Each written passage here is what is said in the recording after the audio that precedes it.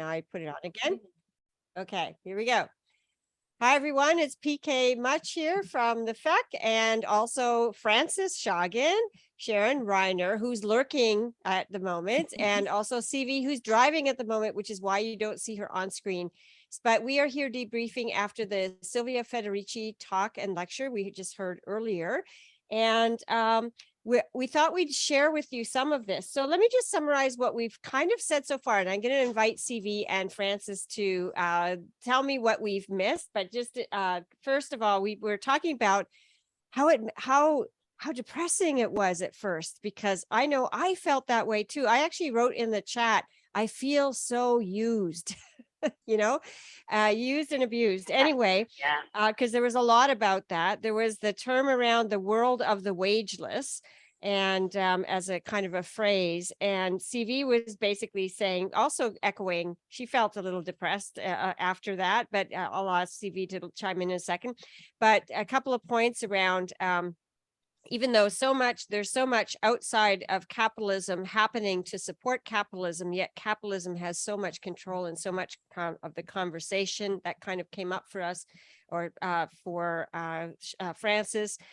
We talked about how we also talked about how the value of having a housework for wages conversation may not be really to bring housework into the capitalist world, but just to help people understand how capitalism works, and to more maybe appreciate what capitalism is extracting from them, and at what cost, I guess, every day. And I just wanted to add a little bit in there too, that said, I was interested in, and CV, I'm going to ask you to talk again about the expansiveness of the conversation, like how she's expanded into other, into not just thinking about housework, but care as the larger thing. So maybe you want to go and talk about that for a second. Talk about that. So one of the things I think is great about Federici is that she has been moving forward this conversation about social reproduction, which is a response to and an expansion of the Marxist notion of there's production and then there's reproduction. So there's getting shit done and then there's taking care of maintenance. And that's just a basic distinction that Marx and Engels made.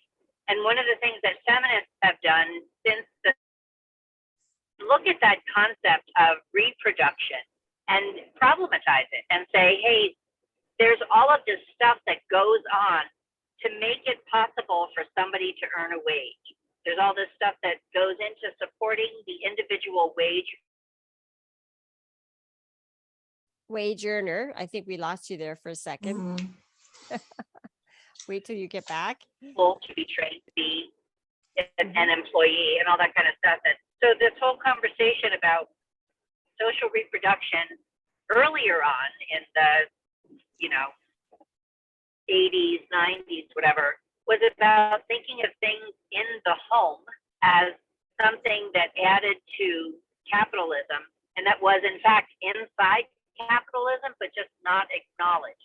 So it's kind of like saying all the stuff that happens backstage, it's also part of the theater, and it's also part of the show. It's just not what you're looking at.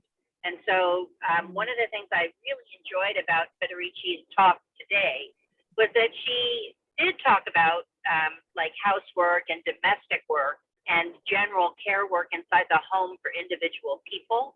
But she also started to kind of fold into that notion of social reproduction things like community care, things like medical care, things like sustainability and caring for the planet, as all of these things that, as we know, the stuff that we focus on in capitalism, the money interest, they draw on all of these things. But to bring them into the fold of social reproduction, I think actually, in a scary way, makes social reproduction even more powerful as an analytic term, because it's always been something that could be easily dismissed as it's just women's work in the home, or it's just raising kids. And it's all of this stuff that goes into the world. And then when you, like, not to go on, but then when you think about how big that is, you realize how fucked up capitalism is as a system. Because as per usual, it makes us focus on kind of 10% of the activity that happens, like the stuff that happens within waged work, that is extracting out 99% of the value, but it's sucking it out of all these other spheres of the world. And that would suggest that, hey, maybe the rest of us and the rest of this world are more powerful than we know. And maybe there's more that we could do to fight moneyed interests. Yeah, amen to that. Absolutely. Yeah. Okay, let me go over to Francis before we lose that thread. Francis, did you want to add or kind of also summarize some of your takeaways? Yeah, just in kind of like going deeper there, the one of the things that really resonated with me, I mean, absolutely, the externalities that, as a society we pay for that bolsters capitalism is mind-boggling. But one of the things that she really brought to my mind was the whole idea of women's work as being part of a social contract, but the society is not keeping up their end of the bargain. And that women are stuck with this work. And she brought love into it. Yeah, we do it for love because we love our kids and, but the social contract is that we're going to get taken care of because of it. And right now we're not. Right. Yeah. So that's part of what came up for me with that too. Well, I could jump in on that one in particular, because as I was listening to this, my brain was going there too, right? How much work goes into upholding this tiny thing of capitalism that actually extracts all this stuff. If I had to draw a picture, right? It's like a big Hoover, and it sucks up everything and delivers the gold to a few people who get to make all the decisions and choices. And what struck me it was a couple of things, though, about what does it mean that the world has changed a little bit. Maybe this is a Canadian context thing a little bit, because we have, a year-long mat leave, and we are about to have universal childcare, where I'm thinking, oh, so universal childcare is now in, is it going to be private or public? We're still, I think, having big debates about that. But I looked up some stats, and so and I think it's the same in the US CV, but basically the stats show, big decline in the number of households that have one person that stays at home to look at the kids. So in Canada, the decline was 1.5 million families, down to about 500,000 families who now have just one person at home. And the women portion of that has declined, and the male portion of that has increased, which I think is interesting. Although it's still 1 out of 10 men. It used to be 1 out of 70 men were stay-at-home dads or stay-at-home caregivers, and now it's 1 out of 10, which I think is an interesting thing. And what does that say about who capitalism is working over now? Because now, presumably, those women are the breadwinners. And they're the ones their incomes are being propped up by all this caregiving now being given either by a domestic worker and or their husbands, right? So it's just flipped the script. And is that the kind of advancement we're looking for if that's what we have? So that made me think about that. And the other thing I was kind of hoping she might answer a question about was entrepreneurship, right? Are we part of the working wageless? And how does it fit into the analysis? And I'll just mention one other thing is because we don't have benefits and we are doing capitalist work and we're doing all the other work. So I don't know where we fit. We're not homemakers. We're not waged. We don't have a boss to rail against and organize against to demand higher wages.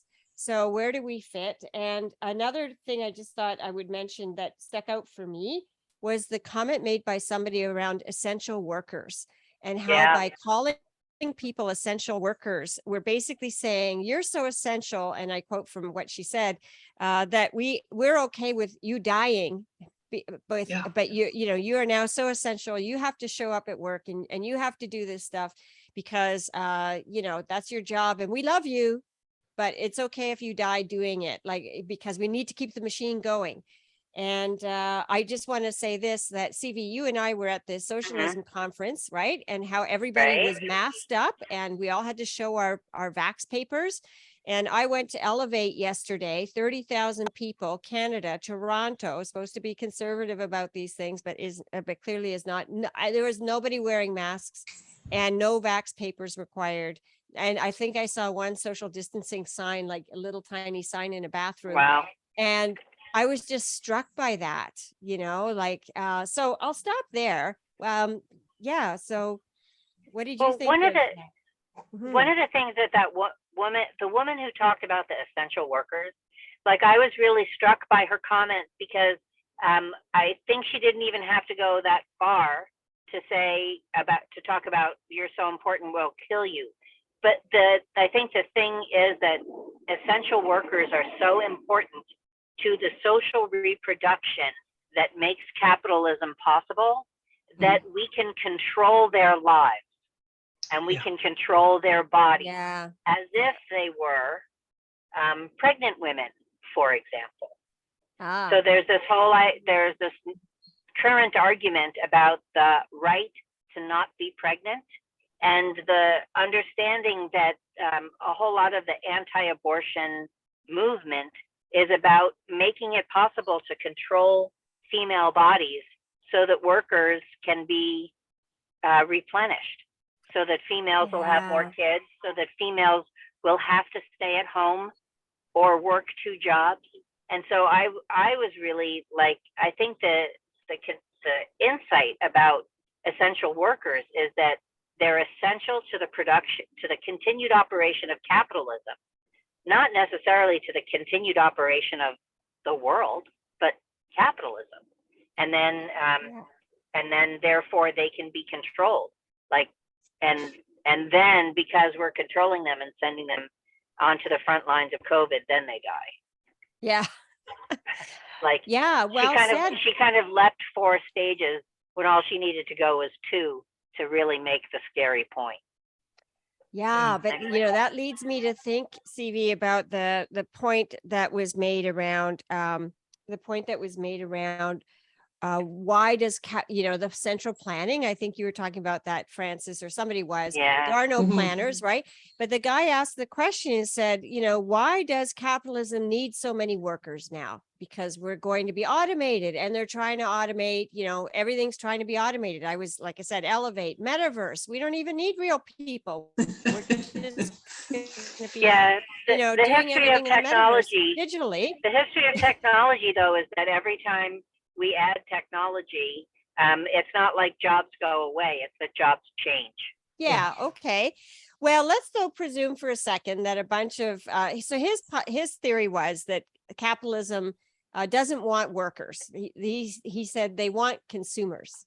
They want people who can spend money. And that's kind of his starting point. And then there was a discussion about, well, they need worker wages so that they can have money to be consumers. And it goes around and around that way. And I just wondered if anybody had comments about that. And and Sylvia, was it Sylvia who said, capitalism doesn't need everybody to buy a computer. They just need 20 million people to buy a computer, and that creates enough wealth to create power.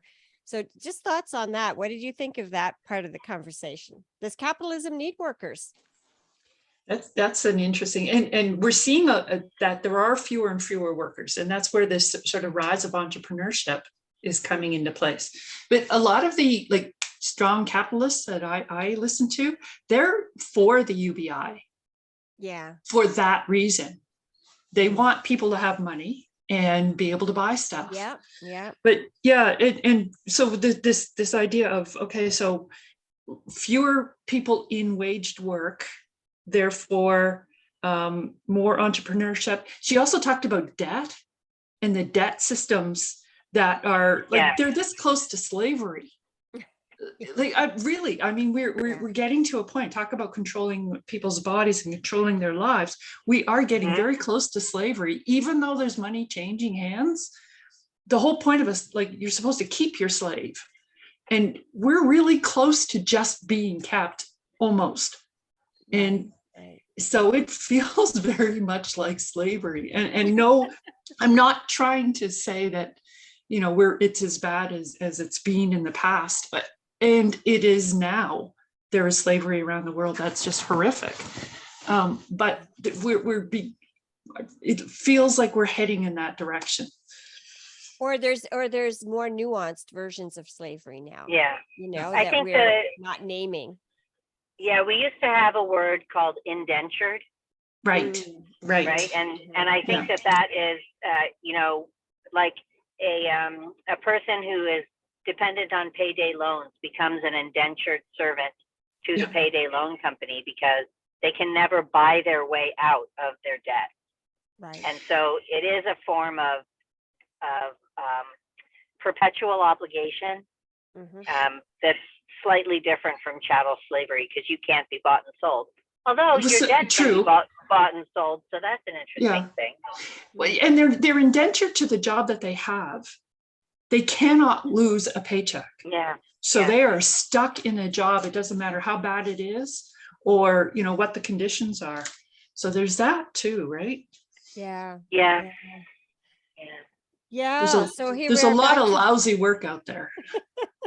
There is a lot of lousy work. And speaking of that, I think as entrepreneur women here, not all of us, but some of us, if the average entrepreneur earns $60,000 a year in Canada anyway, and I think it's probably similar, the company of one world, I could probably look up the stats again, CV, but let's say the average woman entrepreneur is not like buying a Hermes bag, okay? Even though they try to portray this image of, uber success, fake it till you make it kind of conversation. But if that's the case, and if it costs $50,000 a year to live at the baseline, let's say in Toronto, what are we doing? Like, what is that? And then we're on, policy here is encouraging women to take bank loans to build their business and kind of indiscriminately. And then now I've talked to some women entrepreneurs who are at that point where I have to pay my loan back and it didn't work. I don't have any money. Yeah. And now now I'm going to have to take a job somewhere at, $30 an hour, which sounds opulent to people who are making $15 an hour, but still that's only like $58,000 a year. And that's barely enough to live. How, now you're going to be paying back that for 10 years. Yeah. Yeah. And there's no really good evaluation system in terms of being able to evaluate whether a business will work or not. And there aren't really good supports for people going into that situation. Yeah. So it's like, right. And too many people think that the goal or that the solution is to give you money or for you to get money. And that's not, and well, like Francis, I'm talking to the choir right here, but and you too, Petra, with your financial feasibility. But I think it's so interesting how people think that the problem of starting a business is always funding and the solution is always funding. And it's not. It's like you gotta have a good fucking idea. And if you don't, then you should get a job. You shouldn't be an entrepreneur. Petra, you had mentioned something about the situation in Canada and the decreasing proportion of families that have a single wage earner earning for the whole family. Yeah. And I think it makes me think of a bunch of different things. One is that in general is a real problem because we don't need a world, and I don't think we want a world where it's a 2-adult household where all the adults are working 45 hours a week and the kids that they have are shunted off to childcare and after school and stuff like that. I don't think that that's the world that we're seeking. But one of the things that I think Federici gets stuck on and needs to, I wish she would articulate it more, make it more complicated when she talks, is she talks about the housewife. And when we hear the word housewife, we think of the female in a heterosexual marriage or partnership who is staying at home and that all she's doing is working in the home. But when Federici talks about it, she's often talking about the housewife as the person who is not only doing all the housework, but also has the 20-hour-a-week job at the Starbucks, or Mhm. has, is working as a school teacher, or even is working as a junior sales associate. And Yeah. and so she's not very tidy when she's talking about somebody who is completely dependent on the patriarchal wage, and someone who is partially dependent on the patriarchal wage. Yeah, really But good point. Mhm. the other thing that she talked about that I thought was sobering, that we haven't, I don't think has gotten a lot of analysis in popular conversation, is we know that this idea of going out and getting waged work was Mhm. supposed to be, for a lot of women, it was supposed to be kind of ennobling. Like you Right. finally would have status, you would have some authority, you would have some autonomy. Your And it own was money. supposed to be great, your own money. And what's Mhm. Yeah. happened is that all of these women who have come into the paid workforce all have shitty jobs that are underpaid. Yeah. And so that idea of women coming into the workforce, it may sometimes feel ennobling, but we are paid reduced wages, so we're cheap labor, and we aren't earning enough. And it reminds me of so many situations where, when women get brought into predominantly or previously male things, the whole thing gets cheapened. So like now veterinarians are largely women and they don't make enough money anymore. But when Mhm. veterinarians were men, they made a lot of money. They made a lot of Right. money. And and it feels like, and same is true with dentists. Mhm. But Mhm. now that so many women have gone into, so many more women have gone into wage earning, and then we're all in these shitty jobs where we're underpaid.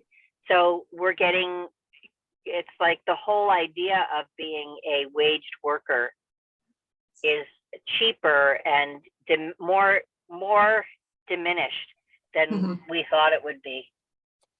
Yeah. Anyway, Well, that makes me sad. Yeah. I want to share a quick story about that in a conversation we had with folks in Jordan in the Middle East when Valerie Mhm. Fox and I were working on that. So Jordan, of course, is very patriarchal. It's mostly males at work and women are at home, like 98%, or except the very wealthy, sort of more liberated crowd. And what was interesting to hear the men talk around the table at dinner tables while we were there was they were talking about the cost of living rising so much that even though fundamentally they believe the families would do better if the women are at home and taking care of, they had a lot of respect for the homemaker, their wives and homemakers, but, I thought they were, the people we met were professional men who basically had high regard for the home work and care work. Mhm. But they were lamenting that their society has to change because a man can no longer support a family, and their women are going to have to go to work. And they saw that as the women, like it was like it could be either glass half full or half empty. For some of the women, it was liberating because they were, excited to be out. But for the men, they kind of also noticed a decline in the standard of, like, not decline in standard of living, just that you can't even have that option anymore because, and women going into the workforce obfuscates the demise of the middle class. Does that make sense? Like it's harder to be middle class on a single level wage. And so you have to bring the women in to maintain that sort of lifestyle. Does that make sense? Yeah, and that has been true in the US also, but we don't, but it's probably much more dramatic there because there are so many more work at home wives. Yeah, and they're still doing that now, like in this day and age. And we have to stop calling it a rise in the cost of living. It's a reduction in the value of wages. Yeah, I like that phrase much better. Yeah. Okay, I don't want to keep you Absolutely. guys too long, but can we maybe I would love to maybe ask, since we're all about entrepreneurship, so how do you feel about the phrase, like, I would love your perspectives on, are we part of the wageless economy? Is entrepreneurship part of the wageless struggle? Like the people who are now outside the typical sort of union, we have a place to go to fight for improved working conditions or income or all of those kinds of things. Yeah, how does entrepreneurship fit into this? I always thought of entrepreneurship, to be honest, as the refugee space for people sick of capitalism, sick of the corporate life, sick of doing it all, and trying to find another way to do it and achieve what their life is, or what they need to support through entrepreneurship, which some people feel is a more likely strategy. So yeah, are we part of the world's wageless? And should we be part of the struggle to change that? If that makes sense. Well, Petra, I think the big problem, or a big problem here, is that you're using your dreams of entrepreneurship rather than how, like, entrepreneurship was supposed to be a pathway for you to become a capitalist. Right. It was supposed to be a pathway for you to become an owner. Mm-hmm. Right. So, a person on the top of this Right. organization system versus a person on the bottom. That's and it. we think of entrepreneurship as a way to kind of take a position of power and authority and leadership and do something different with it. Mhm. Yeah, that's it. That So would I don't be, think you have to be in an either one. They're more than two roles. Mhm. yeah, and I think the real challenge there is that entrepreneurship is presented and taught and supported as though it is a capitalist business. And yet so many people Yeah. go into it for other reasons. And there is no other sort of way of looking at it right now, especially if you want to access funding or, if you're looking for any support, you're going to get that sort of MBA box of here's what you need to do to make your business work, which does not work for the kind of entrepreneurship you're talking about, PK. And just one quick thing I wanted to say, that I think a vast majority of stay-at-home parents are in that entrepreneurship space. I think that you'd find that most of them, like a large number of them, exactly, have got something going on as well. So there is this need, I think, for a way to look at it that lets people have that dream. I think it can happen, but the way that it's presented and taught, it makes it really hard to do that. Yeah, and let's not talk about social entrepreneurship as the word that's kind of come up and like since 2010 as sort of, if you're not a capitalist entrepreneur, right? Well, you are a social entrepreneur. But the reality is the MBA box is given to the social entrepreneur too. Yeah. And so they end up with the same toolbox and then wonder that toolbox just makes them make no money. Yeah. Work just as hard and make no money, or take the other door and be a hardcore capitalist and learn how to evade taxes and learn how to build a business by doing the practices that you're supposed to do until you're profitable. And then maybe you can treat your employees a little bit better and all that whole train.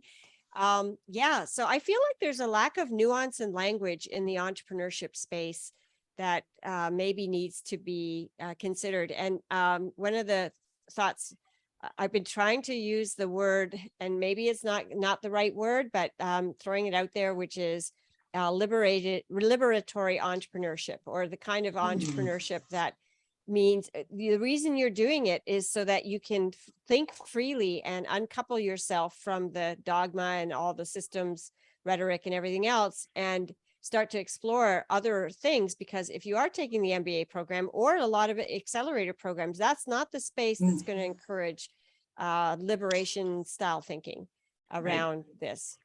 So is that what it is, as opposed to social entrepreneurship? So I don't know, but now, do you prefer that to activist entrepreneur?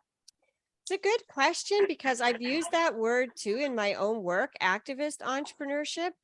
I think they might be cousins, right? Because you have to liberate your mind before you understand how to be, or not maybe before, but one's action, like getting engaged, and the other one is like totally, draining your mind of what you've been taught and filling it up with different ideas or crafting your own theories of the world, and just, kind of like that imagination thing. I don't know. I just think that liberatory thinking to me means having the space to actually question this stuff and safely, like we have here, and not be shot down as though like, oh my God, who's this wacko talking about these things? And then trying to figure out what business or enterprise could be in a, completely in a post-capitalist world. And there might be a world where there's still capitalism, but it's a tiny little thing over here that we use for certain kinds of projects where you need that approach. And then there's like a whole bunch of other ways of being and living and working and, living. Well, I like that language. That's what I just like. I think that's what feminist entrepreneurship is. But for people who don't have a good understanding of what feminism is, liberatory is a great, like, I think it's hard to reject the word liberatory. So, and it seems so hopeful. But Petra, you and I had a related conversation a couple of months ago where I was telling you how I had been struggling to find different language to talk about the kinds of businesses that feminist entrepreneurs are trying to grow. And, we're not trying to grow 10X or conventional businesses, but I've been using the phrase life-sustaining businesses. Yeah, I like that phrase too. That's right. You mentioned that, CV. And I thought that was... And so liberatory entrepreneurs are throwing off the shackles of inherited dogma to reshape what's going on, because we want to build life-sustaining businesses, which can be huge or could be small, but they're life-sustaining. Yeah. And your definition of life is the earth, your community. Like it's not just, like it's the big definition. Your staff, your customers, your community. Sustaining. I like that one too. And I think we're kind of like, that's, to me, maybe that's some of the work we all need to start doing, is using some of this language and kind of getting it socialized out there, because and I think feminist entrepreneurship is this, but we also want, like, I feel like the feminist entrepreneurship space somehow doesn't attract, I'm not even talking about women, I'm just talking about men and all that stuff too. And so, how do we have an like another way of explaining it so that we can bring men, I don't know. I don't even like this kind of like more men into the conversation. I can't believe I'm saying that. I feel like feminists should be enough. Of course, we should bring this into the conversation, but so we're always talking about, we need different points of access. Right. Sometimes you get your coffee at the coffee shop. Sometimes you get it at Tim Hortons, and sometimes you get it from like, a cart on the corner. All different points of access. Good and sometimes you make it yourself. Good analogy, especially since we're going to the gender equality event next week, a couple of us who are in the FEC for London. And I just wrote a piece. I interviewed the organizer, because my question was, why do we need a gender equality movement? Isn't it so I won't spoil the piece by telling you how they framed it. Oh, come on. You can't. No, you have to read it. It's going to go out tomorrow or the next day. So I'll leave that hanging as a thing. But it's an interesting perspective. I can't say I'm not even going to poo-poo it. I'm just going to say, it's in the vein. I'm going to put it in the framework you just described. It's another coffee shop. But will it serve good coffee? If you like it that way. If you like it that way. That's right. Exactly. We're getting very, getting super. I just thought of my daughter Augusta at Starbucks, who comes home and tells me about her workday, about the people who do the, and I want exactly 3 grams of brown sugar and 4 drops of oat milk and 6 grams of, this and that, and the highly customized. And I am so fucking tired of subsidizing those people with my, no, I'm serious, with my whole milk latte. I think that Starbucks should have like a constraint that you can only have 4 pumps for a tall and 6 pumps for a grande and 8 pumps for a trente or whatever. And that all these people who are asking for 10 different pumps pay for it. Yeah, Well, yeah. I think 4 we pumps. do. I like that. Yeah. Well, last time I got a pay Starbucks, for it. I got oat milk and they charged me. So I Yeah, didn't they tell them charge how you much, for- but They charge you for the oat milk, but they don't charge people for the pumps of sugar. Right. And of course, Different there's a difference flavors. because the sugar and the flavorings are all substances that reinforce the addiction, whereas the oat milk does not. yeah. Oh, CV, you need to be the CEO of Starbucks. Yeah, We're they've lost start- their way. I see a whole new We'll start menu. our own. 4 pumps, 5 Yeah. pumps, 6 pumps, no pumps. No pumps. Yeah. Anyway, Coffee the way it should Can- be. Yeah. Can I offer 2 more thoughts on the Federici sure. And then thought I'll do before a we go? bit of a closeout. Yep. Okay, go Okay. ahead, CV. So one of the little insights that it was almost an aside, but I think it's really important, is that she talked about even if we change who is doing this domestic work, the work is still devalued. I don't know if Right. that's completely true, because we do know that when men start taking on different kinds of work, then that work gets better paid. But I Yeah. think the point remains that the social reproduction work just always is always takes the bottom. Then the other thing that I thought was interesting, and I thought this was kind of heartbreaking actually, is I watched a little bit, like I was on my phone, so I had a little screen, but I'm looking at Siliva Federici, and she's one of the most important living feminist economists and feminist thinkers. And she's giving a talk, and there are 20 people in the room. Right. Yeah. If Jordan Peterson was giving a talk at SUNY Buffalo, do you know how many people would be in the room?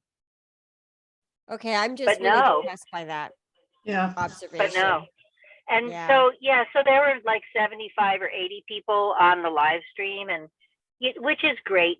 But one of the things that it blows my mind that she is not better known, Mhm. and that we aren't talking about her work all the time. Yeah.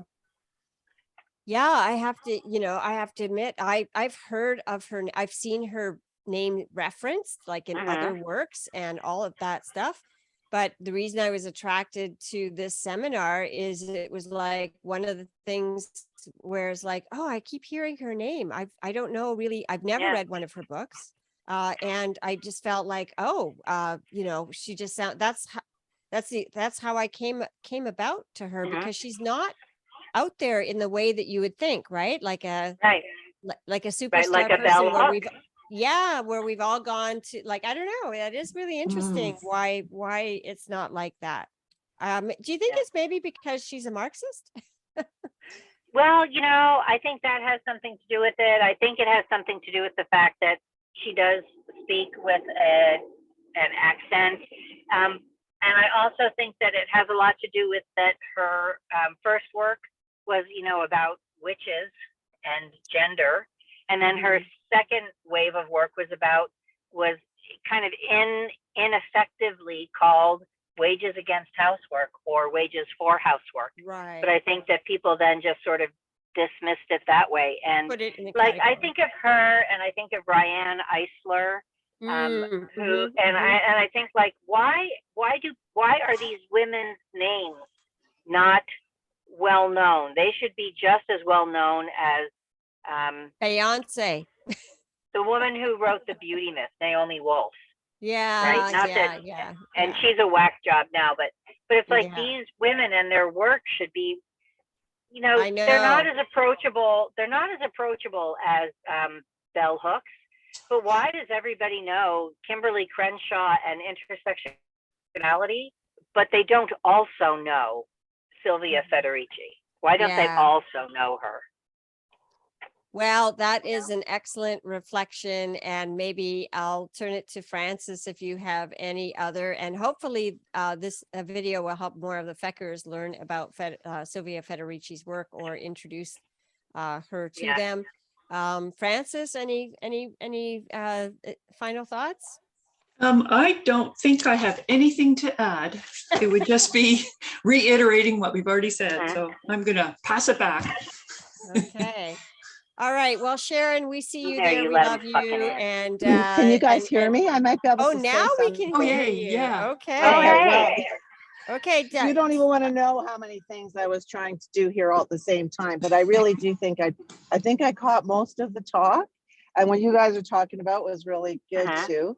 No, I don't think I have anything really super valuable to add other than it was like really interesting. Just that the whole overall day just feels like it's always back to like there are some things that people get paid for in this world, some things you get paid for well, and other things that aren't there's just no value to money wise. But they're all things that need to happen to make the world go round. Yep. You know, like Yeah.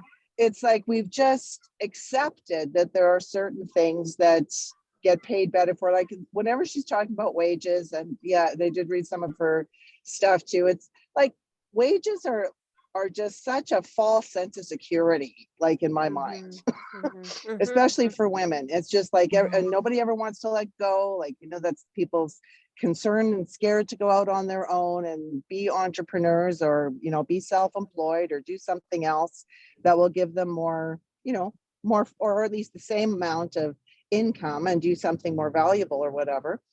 Like that's all the feminist enterprise that we're talking about.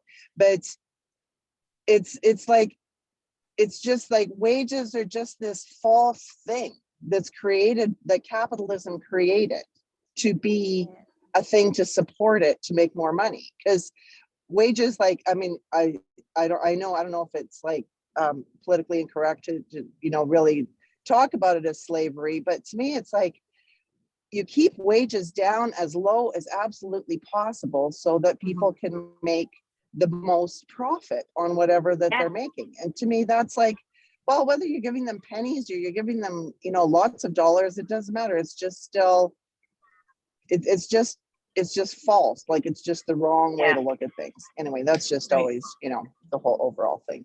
But yeah, and like life sustaining businesses, I like that. That's actually, or what do you call that? Life business. I like that way of looking at life things. sustaining, Because that qualifies. That feels to me like that's the UBI. Like that's like where all the unions are fighting for, what people in jobs are. They just want like a life sustaining wage to do a good job at whatever they're doing. I think they also want more than just the life sustaining wage. They want their work to be life sustaining. Like exactly. They don't want to be making shitty things, and they don't want to be working in organizations that crush their souls. Exactly. You know, it's in addition to the wage, that the life in addition to the wage, but you can be a life sustaining waged worker or salaried worker, which I also have lots of comments about difference between wages and salaries, because they're exploitive in different ways, right? But Absolutely. And it's another whole conversation, because it makes people feel, because the people who make like really good money at really good jobs typically have extremely high salaries and get great big bonuses from a bunch of companies that make shitty awesome stuff. benefits. You know, and so like, and so to have value, but I mean, like you can have like obviously there's fabulous enterprises, these social enterprises and feminist enterprises that are doing really great work and changing the world, and that's wonderful.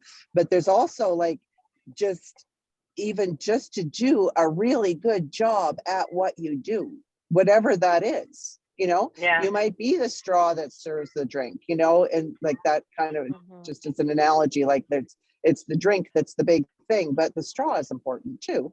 And so, or the steak, you know, that kind of thing. And so just to have value, like, I mean, just the whole minimization of administration, of people who do secretarial work, like that's just like housework, right?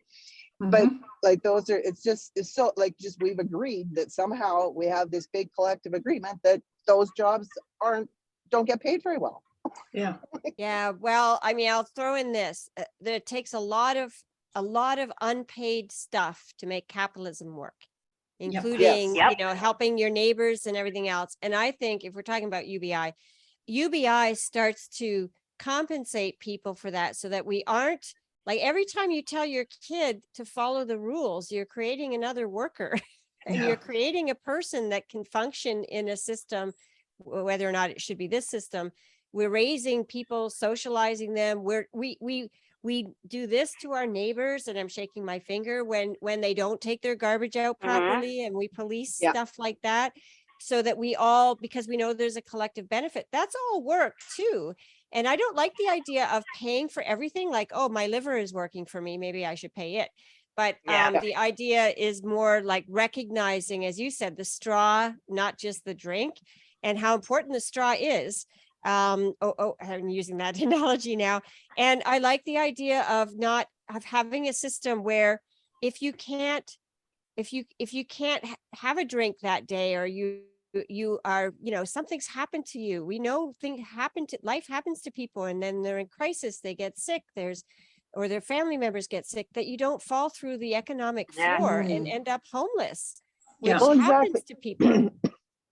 And the UBI thing too, I haven't really been part of those conversations ever, but I like the idea and the concept, and tried Mhm. to sort of, read a little bit about it, but it needs to be the push toward it being linked to the average income, or linked to like that. That's what it has to be. It can't be a number, because then you just got minimum wage by a different name.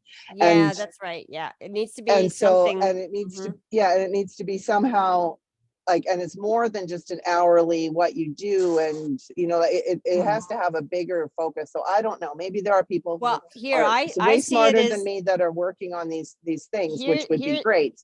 here's my take on it. If the country makes a surplus, or if GDP is X, citizens who help make everything work should get a profit, a dividend. I see UBI as a social dividend. Yeah, I love the Yeah, language no, and of that's it a really as good way to dividend. look at it. Yeah, Yeah. We're all really doing good. our The part. another thing that people forget though about the universal basic income idea is that when it's all said and done, it's about giving people cash so they Yeah. can buy shit, You're right. rather than giving people free health care, Yeah, that's such a good vouchers thing, for right?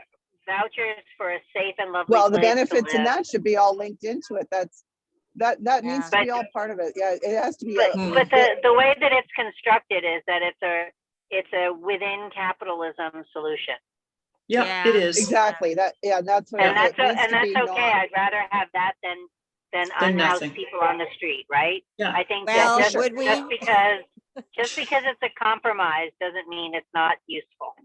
Well, maybe we can think of it as a stepping stone, another Yeah, stepping yeah. stone, but it's not the end game. It's still not the end game if we want a truly liberated, completely different human existence, where, as you say, CV, everyone can flourish on and adding in on their own terms and their own authentic. Not everybody wants to flourish in the has the same definition of flourishing. My idea of flourishing might be living on an island fishing all day, and someone else's might be something completely otherwise. But whatever that is, I feel like capitalism will never deliver that. It will never deliver that. It's not designed to. No. It's No, actually and I have designed one not to.